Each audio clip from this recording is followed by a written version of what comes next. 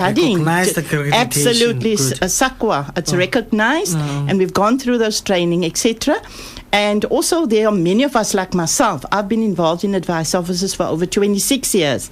Come from the University of Life, and you know what is happening there. We know those advice officers how we used to in the 80s. There we go. There we go. They did a lot of work. Okay.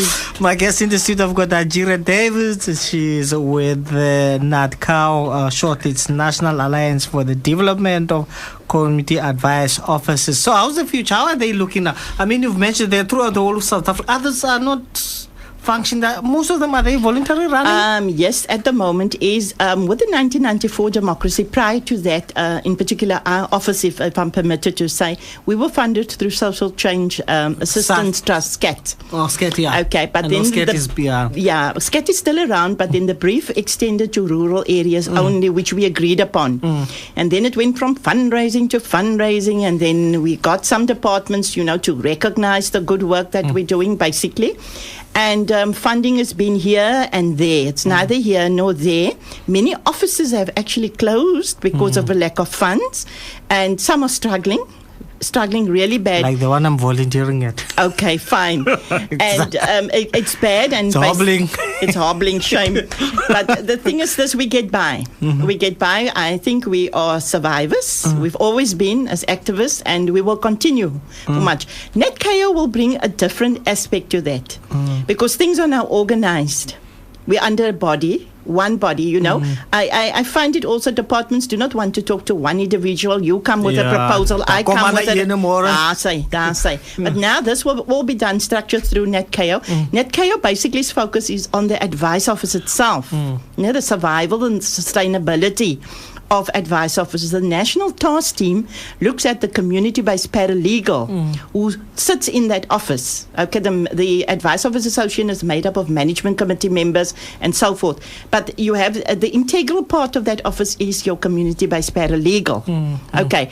At the moment, we've in our office, for example, we have two fully qualified paralegals. They unfortunately had to move out of our offices because they have to make a living. They have at the end of the day, yes. Exactly. So you can't tell people hang 10. You know what I'm saying?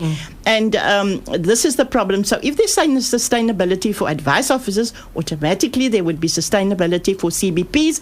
And I think the Department of Justice and Constitution and Development should take a responsibility for community-based paralegals if they are incorporated in the bill.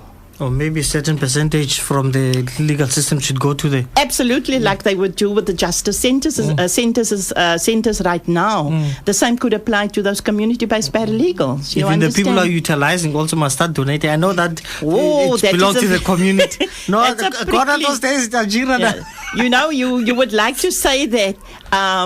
we have actually put up a little box there, but then it's that you're not used to that and asking the community for a handout, so to speak.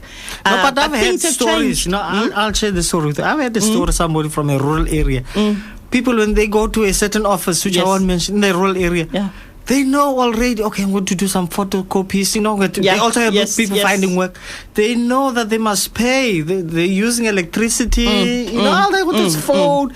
There's already a man, they know phone. I'm sure they'll do a phone, 1 or 2. There's already money in there because the office should run. They need that office, and people are owning that office. It's true. You have to take responsibility for that as well. But if you have a budget, and which people have had for many years, so these things were free. Relaxing, it was free. You understand? So it's difficult for some. And look at the communities that we are living. So many are unemployed. Unemployed, it's true. You understand? That is the problem there. You can't tell a person take a 2 or 3 because they don't have the money. You understand? And I mean, you need to feed your family first. You need to feed your family first, and those kinds of things. So many offices, as you obviously have said yourself, they're operating with a zero budget. But the passion is there. for advice officers and for community-based paralegals. And this... how is it? Are people utilizing them? I see this being active in urban areas. In rural areas, do people know that there's an advice office there? Oh, yes. Which I can utilize for this and that and that and that and that? It's incumbent upon that advice office in that particular rural area to make themselves known. You just should not sit in an office. We have SASSA coming in on a weekly basis doing grants, for beneficiaries and so on. We go out there, we chat to people. Yeah. We monitor. How's the monitor? Civic matters, we're there. Clinic, how are they? There when we go. What time there we go. And spy also, on them. Yes, and you need to get involved with your development forums and so on, And people come in, at times people confuse the ward councillor and they would say, but I want to see the ward councillor. Those kinds of things. We also in our office run a commission of oaths, so people don't have to go up to the police station anymore. And one must encourage all advice officers to do that. Yeah. Go and get your documents and you become a commission of oaths and help your community. Our office, for example, is like filled on a daily basis and people will come. Last week we had an incident where a woman came with 80 copies to be certified. So she's been outside and given wow, you know those kinds of yeah. things. There we go. And you build your offices in that way, and that can only go on your portfolio. The services that you render within that office. I'm 60 years old, God willing, in March, and I have been in retirement. They've unretired me because we can't afford to have someone there. And I'm hoping because young people must take over these offices. We have vibrant people on our management. We have at least 2 people that are young people that are qualified paralegals. They're serving as management committee members now. But the idea is for the youth ultimately to take over these offices. And hopefully by that time that they do, this legal practice bill would be sorted. And they mustn't play on the computer and sit on Facebook. There we go. Oh yeah. There. Anyway, that's another matter. Yes. So what's the future for NetKao now? And NetKao, I don't know what the lifespan for NetKao is, but they have a lot of work to do. They have done a lot of work. I must say, I must commend them for that.